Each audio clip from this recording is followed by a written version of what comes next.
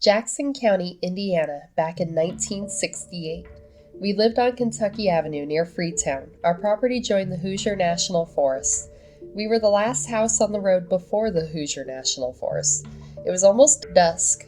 Our hunting dogs took off howling and barking up the road. My brother and I ran after them.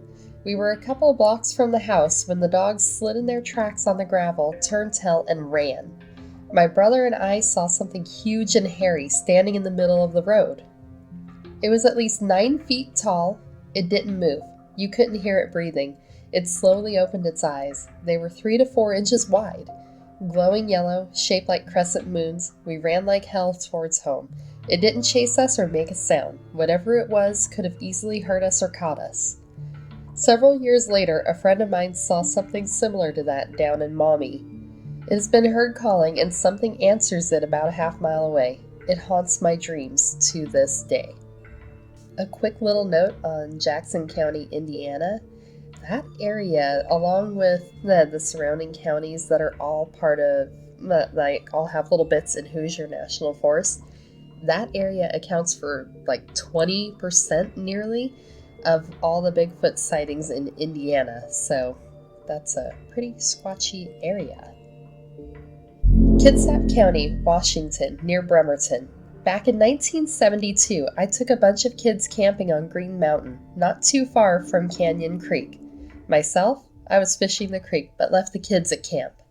Across the valley from where we camped, there was snow on the side of the mountain. The kids saw 3 things crossing the snow. One large, next was a bit smaller, then a smaller one. The large one went first, got across, turned, and waved the other 2 on.